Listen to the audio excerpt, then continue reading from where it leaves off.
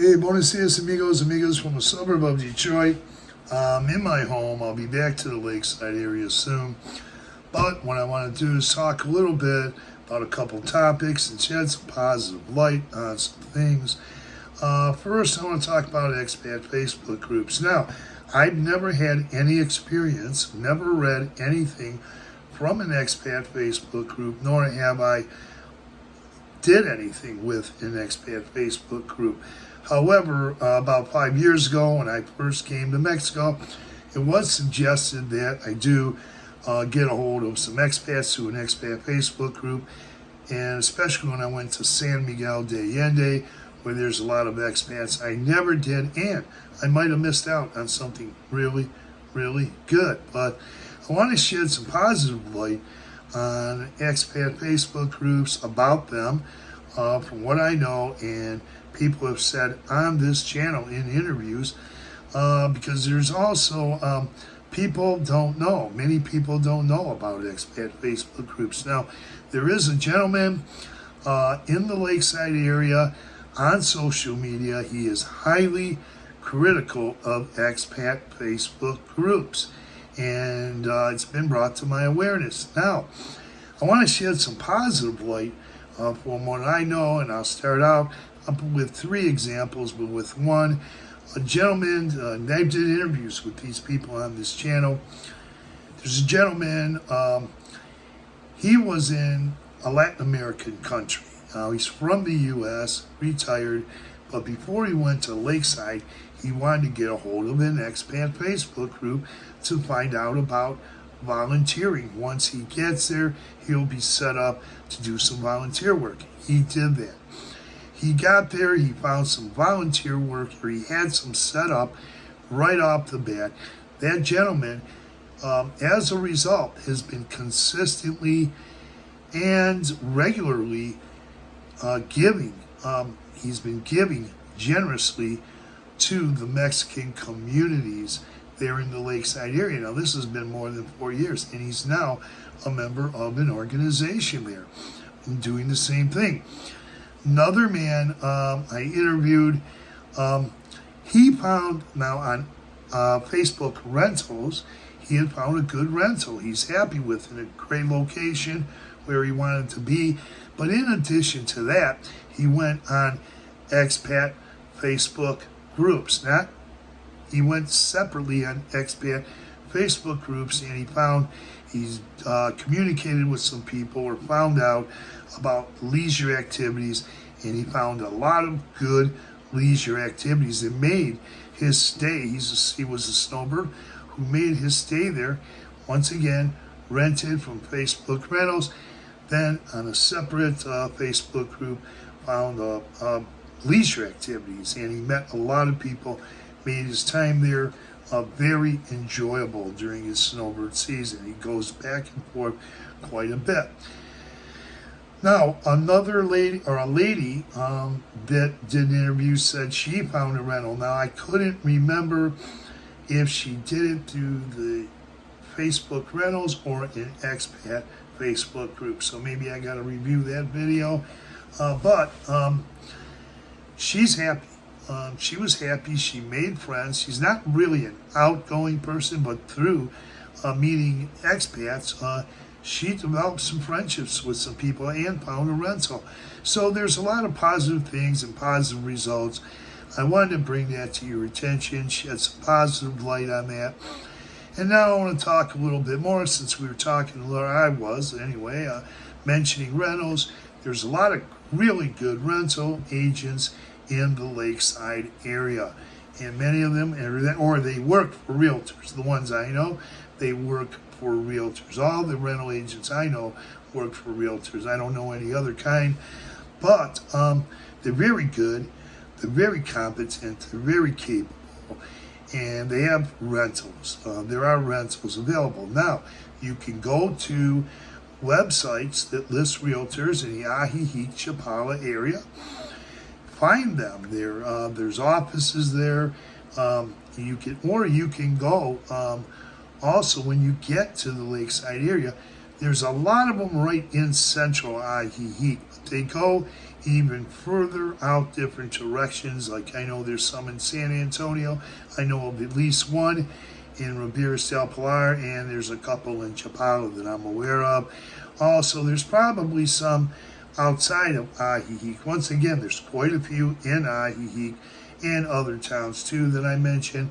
But you can also, I don't know of any, although I know all the lakeside areas very, very well. You can find rentals from rental agents, different parts of the lakeside area too and beyond. I know a lady that lives in El Chante. She found a really nice, very affordable rental on the lake in El Chante through a realtor. Now, I want to tell you more about rentals. The boards. You can find boards in the lakeside area. For one, you can go down to the Lake Chapala Society, and at the Lake Chapala Society, you'll walk in, there will be a board full of activities, services that you can get there, educational services, seminars, but there'll also be listings for long-term and short-term rentals. And I've even seen listings for rooms for rent, for those who might want to rent a room. You can also go to the American Legion in Chapala, American Legion Post 7. There's a board there that has listings, some kinds of listings there too. And people have found success on these boards. Also, boards at the Super Lake Market in San Antonio. You can't miss it. You show up, you pull up, or you walk up. Right there, you can't miss the board. Long-term, short-term rentals. And I've even seen rooms for rent there too on the board. Also at the El Torito Market in Ajijic, right next to Ajijic Scallion Bistro Restaurant, a very popular restaurant there. There's El Torito Market right next door. Big board, you can't miss it. Get that same type of information, long-term, short-term rentals, and even rentals rooms once in a while. Now, going back to those boards, on all those boards, or at least most of them, you're going to find house sitting assignments. Now, if you want to be a house sitter, you can find house sitting. Occasionally, there will be house sitting assignments, occasionally listed on those boards, in which you can live rent-free for a few months, 6 months, maybe even a year. I don't know, but I do know, personally know people, at least 4 people who have had house sitting assignments, and some of them, a couple of them, even got a car now to use for errands. Now you go in, you house sit people's homes. They might go back to Europe or go to Canada or go to the States or wherever. They might leave for a few months or 6 months or longer, and you can house sit their homes and live rent-free. Once again, I don't know if I mentioned, though, I've known a couple people who were really lucky, and that's few and far between. They did get cars to use to run errands. Okay, another way to find rentals is walking, feet on the ground. Now, you can do this in a car and drive down the streets in the neighborhoods. Find a neighborhood you like, or just drive around a lot of them and find out rooms, or not rooms, but rather se renta. There will be signs. It'll say se renta, or for rent, or both. It'll give you information, phone numbers, or emails you can contact, and you can go see those properties for rent. Now, I have had some luck renting a property in San Miguel de Allende through a realtor. Very good, but I also had some very good success every time I find some type of rental situation in the lakeside area. I've been pretty fortunate so far, so I'll tell you, one way you can find them is walking around, feet on the ground. I had a Mexican resident one time, Javier Mina.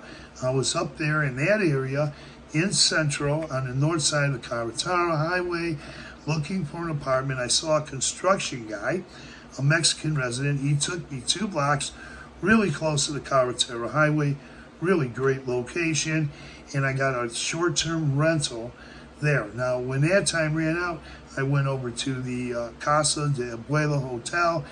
It's an affordable luxury hotel. I went there for my last month of my first snowbird season, and that that had a pool. It's a beautiful place. Now, coming back, I knew I needed to get some rentals and rent in different places, but one way is through word of mouth. A lot of expats get, and I'm not talking about word of mouth through a YouTube channel. I'm talking about meeting other expats, getting information from them. My first snowbird season 4 years ago in the Lakeside area, I met a woman. She had gone up to the States to her home, and I went to my home. They're in separate states, but we communicated with each other, in which she gave me information about a 2-bedroom, 2-bathroom rental in La Floresta, gated community with a pool, just 3 blocks on the other side of the Caratara Highway in Ajijic in a La Floresta neighborhood. I've been there for about 2 years. Great place. But I met an expat. We communicated. What else? Okay, let's go to traffic. Okay, getting around. I put up videos about that too. And I put up videos about rentals too, how to find rentals. But you're going to find traffic congestion in Ajijic and a little bit around Ajijic. Say like San Antonio. If you're going eastbound, eastbound, or if you're going westbound toward Ocotepeque. But they're going to be in certain areas. They're going to be going over to, like say when you're in a certain part of San Antonio, coming or going, there will be certain times of the day. It's not all day, so don't get discouraged, but there will be certain times of the day there will be traffic congested. Once again, it's not all day. Sometimes it's not each and every day, but you'll find traffic congestion. But there are ways to get around that. Now, it'll happen primarily in Ajijic, in Central there, goes over to San Antonio that way. Then it'll go over to West Ajijic, going toward West Ajijic, there'll be that. But I put up videos about solutions, how you can beat the traffic congestion when it does happen. So don't be discouraged. If it happens, you can still drive, get to the places you want to go to. But you could also use an e-bike. I've used e-bikes. I absolutely love them. And I did the bike paths. I did the streets. Now, I can't take an e-bike on the highway. No, but you can cross over and get on the other side of either side of the Caratara. There's routes, and I pointed them out in videos. There's routes you can take to get you through and around the times when there is traffic congestion.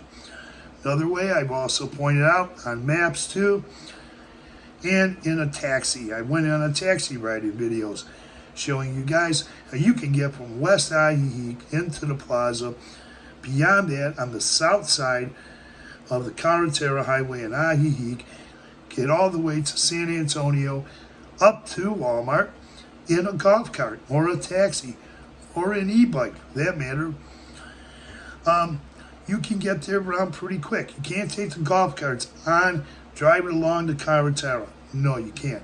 Just like the e-bikes. But you can find different routes. And I thought, be a part of the solution. And that's why I put up those videos showing you the routes. Now, don't argue with people. If they say there's a lot of congestion, it is, but it's only different times of the day, few and far between. Or I don't want to say few and far between, but there's certain times of the day. So you'll get to know that once you get down there. You'll get a feel for it, and you'll know when to drive or do whatever you want to do. But there was a gentleman on a social media channel in Ajijic, or the Lakeside area, and he was very unhappy about what someone said about the traffic congestion. I guess that bike came into my awareness. Someone was very unhappy. He got very unhappy about what this person said. And, people have a right, once again, they have a right to their opinions, their attitudes, and their ideas, So some people have different opinions. Both sides might be right to some extent. But what I did is I think before I heard about, or that came into my awareness, I had put up videos about getting around and finding alternative routes. Now, don't get discouraged. Traffic, you'll get through there, but there will be, once again, certain times of the day. You'll get used to it. But I just want to say that. And tap on that notification bell. I'll be back soon. Tap on that notification bell. You'll be notified of upcoming videos.